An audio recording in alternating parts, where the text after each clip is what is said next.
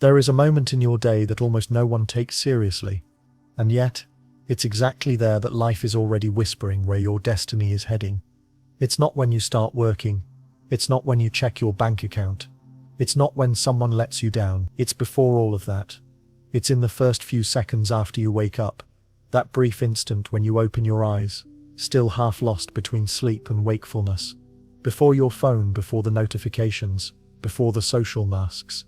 Right there is a sign, a forgotten sign. A sign that reveals, with brutal clarity, the direction your life is moving on the inside, even if on the outside you say you want something else.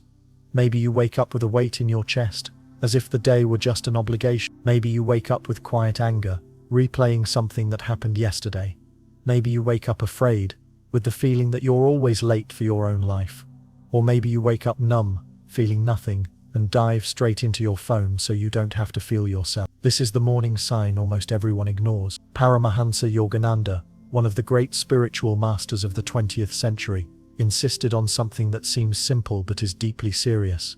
The state of your consciousness when you wake up is not a detail, it's a spiritual starting point. He warned his students about the danger of beginning the day in pure automatism, getting up without presence, filling the mind with worry, letting old thoughts take over before you even remember who you really are.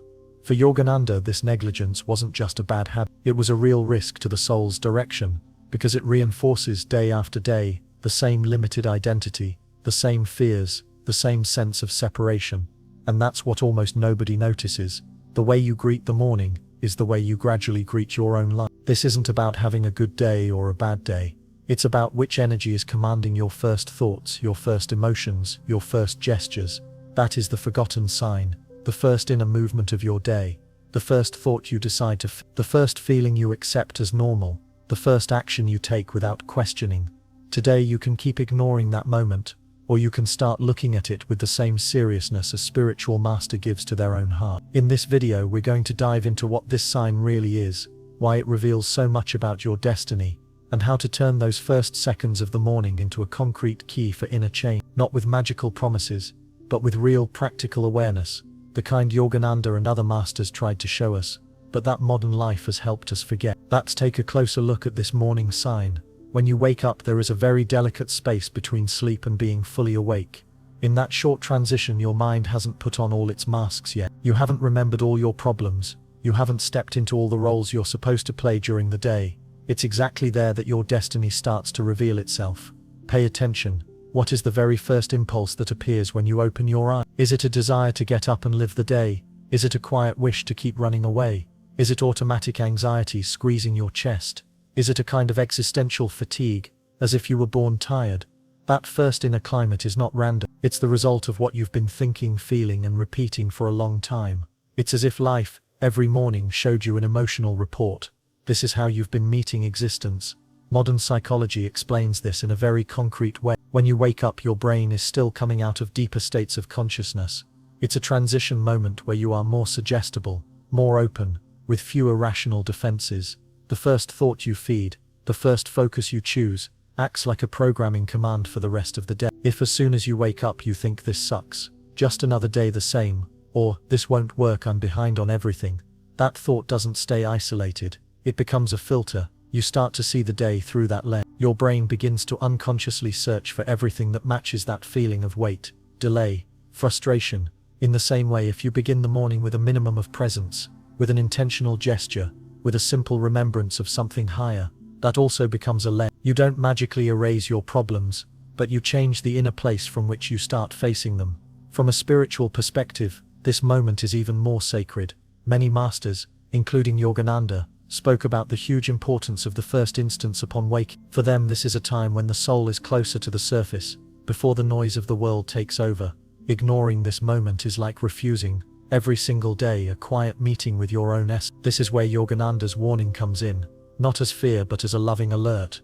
If you start your day again and again by diving straight into worry, distraction and negativity, you gradually harden your spiritual sensitivity. Little by little you stop hearing the deeper voice within and start living almost entirely on automatic, driven by old conditioning. And that is exactly what, in spiritual terms, shapes your destiny. Not as a fixed future written in stone, but as a direction. If inside you begin every day in the same frequency of fear, exhaustion or escape, That's the direction your life keeps getting pushed toward.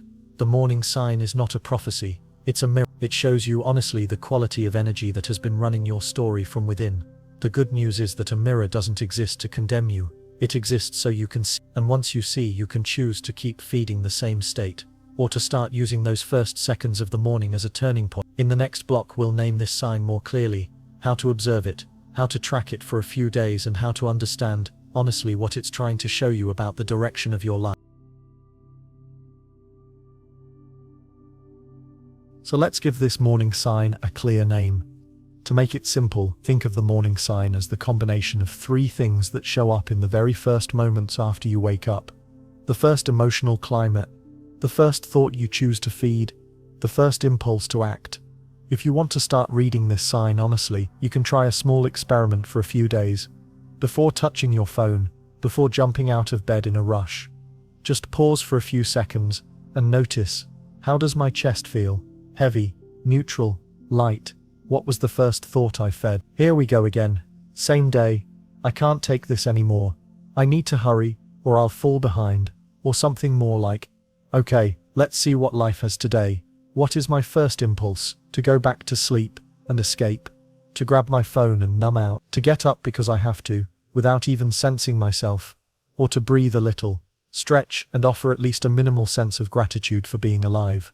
That's the sign. As simple as that. It's not a vision, not a voice from the sky, not some mystical omen. It's the way your consciousness meets life, every single day, before you put your armor on. Yogananda insisted on this.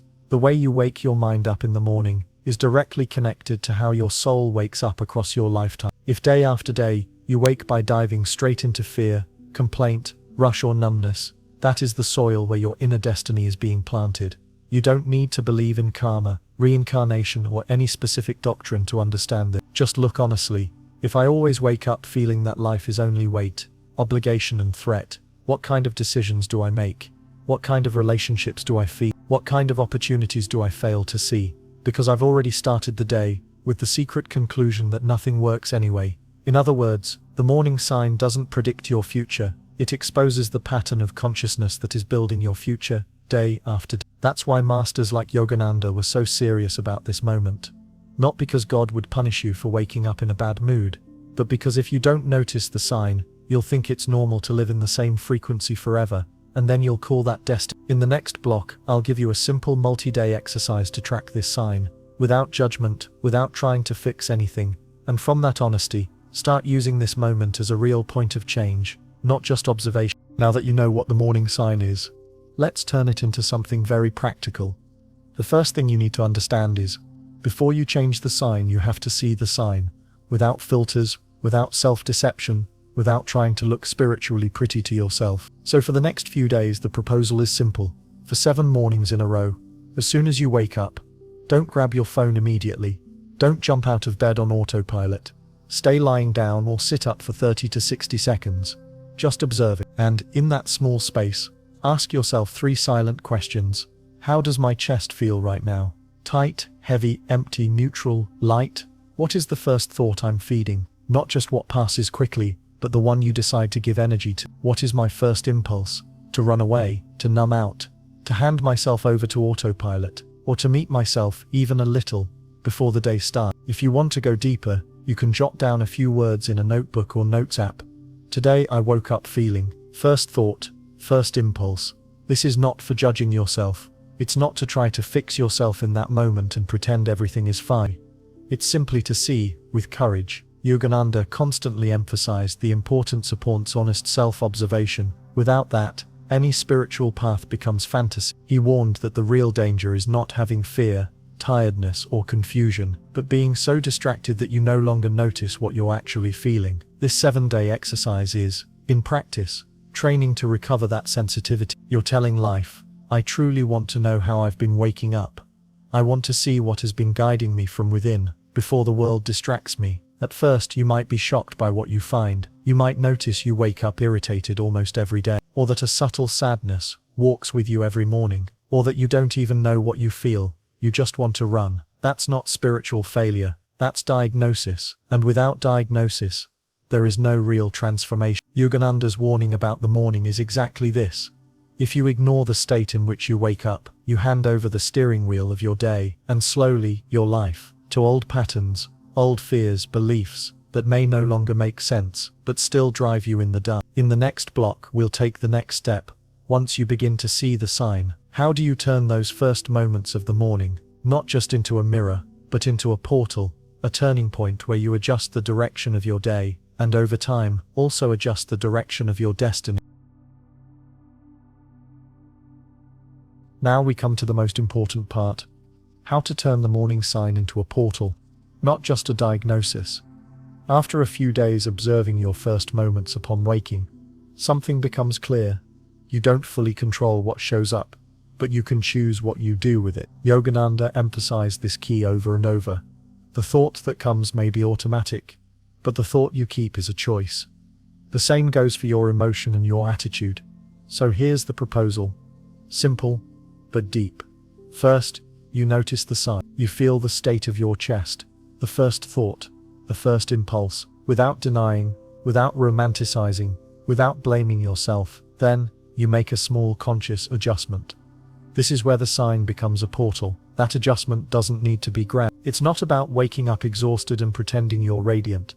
It's about taking one step in the right direction, even if it's small. For example, if you wake up with heaviness in your chest, instead of immediately sinking into it, you can take a deep breath and say silently, "Okay, this is what I'm feeling, but today, I choose to take at least one step toward the light." Maybe, for you, that step is a short alignment phrase, inspired by Yogananda and other masters. Something like, "May my thoughts today serve my growth," or, "Today, I choose to cooperate with the best in me." That's not self-deception, it's direction. You acknowledge what you feel, you don't shove it down, but you also don't hand over the steering wheel of the whole day to that first climate. Another way to turn the sign into a portal is to pair a small physical action with this inner shift. Nothing rigid. It can be as simple as sitting up in bed instead of staying collapsed, placing your feet on the floor with awareness, feeling the contact, gently opening your shoulders, expanding your chest, taking a deeper breath for 20 or 30 seconds, and while you do that, repeat with presence. I am not only this tiredness, I am not only this fear, I can choose how I begin my day. Yogananda taught that if the mind is left unchecked in the early morning, it tends to run to the same old place, but a mind that upon waking, is reminded of a higher purpose, slowly begins to take a different shape. So this morning moment now has 3 layers. You see what is there, you accept it, without running or attacking yourself. You choose a small movement toward awareness. This is where the sign of destiny stops being just a painful observation and becomes the exact point where you change, by a few degrees, the angle of your life. In the next block, we'll see how this small but consistent adjustment, done every day, starts to influence your decisions, reactions, and paths, and why, spiritually, this is literally changing the direction of your destiny, one morning at a time. Maybe you're thinking, okay, I make this small adjustment in the morning, but does that really change anything big in my life? Here's the part almost no one sees. Destiny is not made of a single big moment. It's woven from thousands of repeated micro-choices. When you wake up every day and leave the morning sign on autopilot, you're reinforcing, over and over, the same inner track. If the first emotional climate is always defeat, you approach opportunities with fear, suspicion, and self-sabotage. If the first climate is always escape, you tend to postpone important conversations, necessary decisions, and changes you already know you need to make. If the first climate is always rush and comparison, you enter the day trying to prove something to someone, and almost never feel enough. Now imagine what happens when, day after day, you start using that same moment for a different kind of movement. You wake up heavy, but you breathe and say, I see what I'm feeling, and still, I choose to begin the day in the direction of awareness. You wake up afraid, but you decide, I won't let this fear dictate the quality of my entire day. You wake up empty, but still you make a small prayer, a small alignment, a small act of presence. From a psychological standpoint, you're building a new pattern. You're training your brain to understand that the first impulse is not a scent. The first thought is not a command. The first emotional climate does not define the entire script. You start noticing as the day goes by that you're a bit less reactive, a bit more aware of your choices, a bit more capable of pausing before repeating old behaviors. From a spiritual perspective, something deeper is happening. Yogananda taught that each time you choose a higher thought, a more aligned intention, you slightly change the direction of the inner forces pushing you. It's as if every morning your hands were on the wheel of a boat. If you leave the wheel loose, the boat follows the same current as always. If you turn it just 2 degrees, it doesn't look like much in the first few meters, but after a few miles you're in a completely different place. The morning adjustment is exactly that, a 2-degree turn in the wheel of consciousness. Today you may still feel the same pains and fears, but you start the day remembering, I can respond differently. Tomorrow that remembrance grows a bit stronger. A few weeks from now you notice you're making decisions you wouldn't have had the courage to make before, walking away from situations that no longer match your truth, moving toward people, paths and experiences that are more coherent with who you are inside. That is what truly starts to change your destiny. Not a magical promise that everything will work out, but a real shift in the direction where you place your energy, day after day, morning after morning. In the next block, we'll talk about how this morning practice connects with Yogananda's warning, the risk of living an entire life without ever truly waking up, and the opportunity to use this forgotten morning moment as the turning point your soul has been waiting for. Now we can understand more clearly what it really means to say Yogananda warned about this. When he spoke about the importance of the morning, he wasn't just trying to help people have a better day, he was pointing to something much deeper, the risk of living an entire life asleep on the inside, even with your eyes open.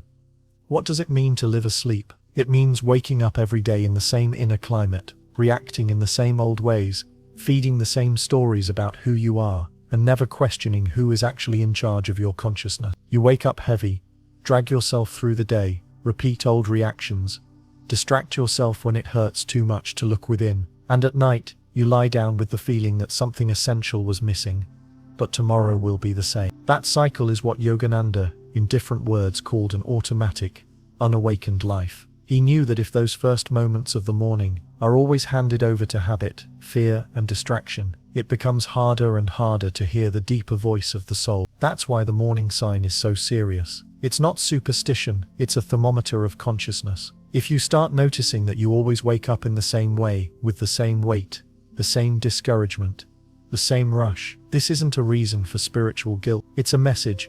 I've been letting my most precious life be driven by autopilot. Yogananda's warning is basically, don't wait for a huge shock from life to wake up. You can begin that awakening every single day, in the instant you open your eye. When you decide to observe the morning sign, and beyond that, to turn it into a portal, you're responding to that call. With very simple actions, you're saying, enough of living only by inertia. I want to cooperate with my own destiny, and that changes everything. Because from that point on, you're no longer just someone who has a hard day. You become someone who, even on hard days, uses the first moment of the morning to align with something higher. That shift in attitude is what, spiritually, begins to realign your path. You still have challenges, but you're no longer fully hypnotized by them. You still feel fear, but you no longer let fear write the script alone. You still deal with reality, but you do so from a place that is more lucid, more present, more connected. At the deepest level, the question is simple and radical at the same time.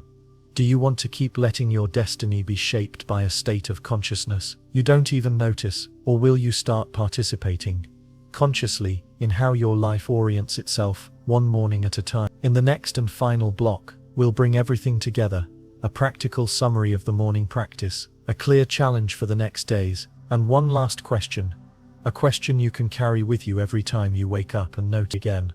What is my morning sign revealing about the direction of my life today? Let's bring everything together. You've seen that there is a forgotten moment in your day, the first few seconds after you wake up, when life is already quietly showing you where your destiny is being pushed from within. We call this the morning sign, the first emotional climate, the first thought you feed, the first impulse to act. You've seen that this sign is not a magical prophecy. It's a mirror of your consciousness right now. Ignoring it means living on autopilot, letting old fears, old stories, and old beliefs keep steering your day without you noticing.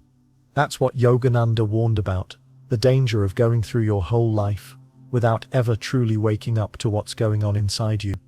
But you've also seen that this sign doesn't exist to condemn you. It exists to invite you to invite you to two very simple and very deep movements. Honestly see how you've been waking up. Turn those first moments into a portal for change. In practice, the path looks like this. For a few days, upon waking, you observe, how does my chest feel? What was the first thought I fed? What is my first impulse? After seeing the sign, you make a small conscious adjustment, one deeper breath, a simple physical gesture, sitting up, placing your feet on the floor, opening your chest, a short alignment phrase, said silently, such as, "Today I choose to cooperate with the best in me," or, "May my first thoughts today serve my growth." And throughout the day, you remember the fact that you woke up heavy, afraid, or empty does not erase your freedom to respond differently. This is where destiny starts to shift, not in one big miracle all at once, but in a small turn of a few degrees, repeated every day. To bring this out of theory and into your life, here's a clear challenge. The 7 Conscious Mornings Challenge. For the next 7 days, before touching your phone, spend 30 to 60 seconds simply sensing your morning sign. If you can,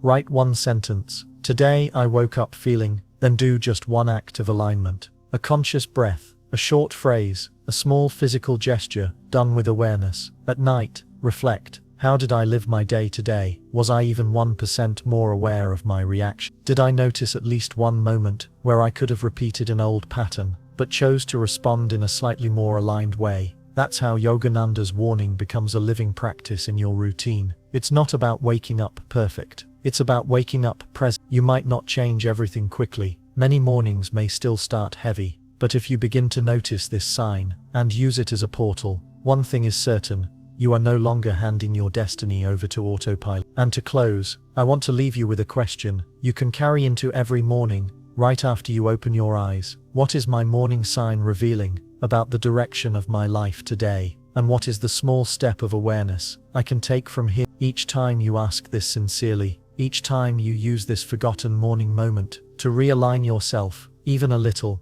you are answering the call to awaken that Yogananda and so many others pointed to. The outer world may look the same for a while, but quietly, something begins to change in the place from which you live, everything. And when that changes, sooner or later, your destiny changes with it.